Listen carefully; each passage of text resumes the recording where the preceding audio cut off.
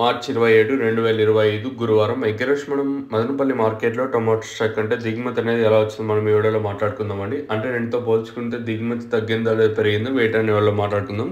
Late చేయకుండా video అనేది start చేసేద్దాం. మనం ముందుగా జీపీఆర్ అలాగే పీవీఎస్ మండి లైన్లో మాట్లాడుకుంటే ఈ లైన్లో స్వల్పంగా తగ్గింది అంటే దిగుమతి వచ్చేసి అంటే భారీగా కాదు స్వల్పంగా దిగుమతి తగ్గింది.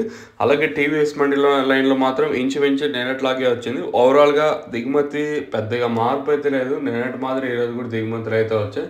ఒక 5-10% కొంచెం అడిగా దిగుమతులు అయితే వచ్చాయి. దిగుమతి కొంచెం పెరిగినా కొంచెం తగ్గిన వేలం పాటలు ఎక్కడ ఫాస్ట్ అయితే ఏం లేదు. మనం గమనించిన అలాగే మొన్న వరుసకు ఒక 5-6 రోజులు ఇంకా చూసినా కూడా దిగుమతులు కొంచెం ఇడిగా వస్తున్నాయి. వేలం పాటలు ఎక్కడ ఫాస్ట్ అయితే ఏం లేవు.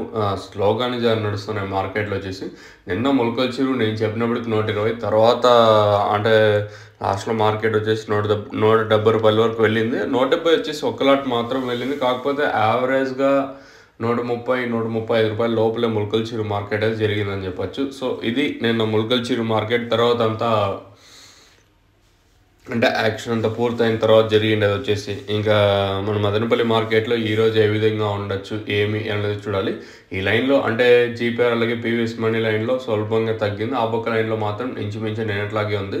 మరి వేలం పాటలు అనేది ఏ విధంగా ఉంటాయి ఏమి అనేది చూడాలి. మీకు ఇందులో ఏమైనా డౌట్స్ ఉంటే కింద నెంబర్స్కి అయితే మీరు కాంటాక్ట్ అవ్వచ్చు.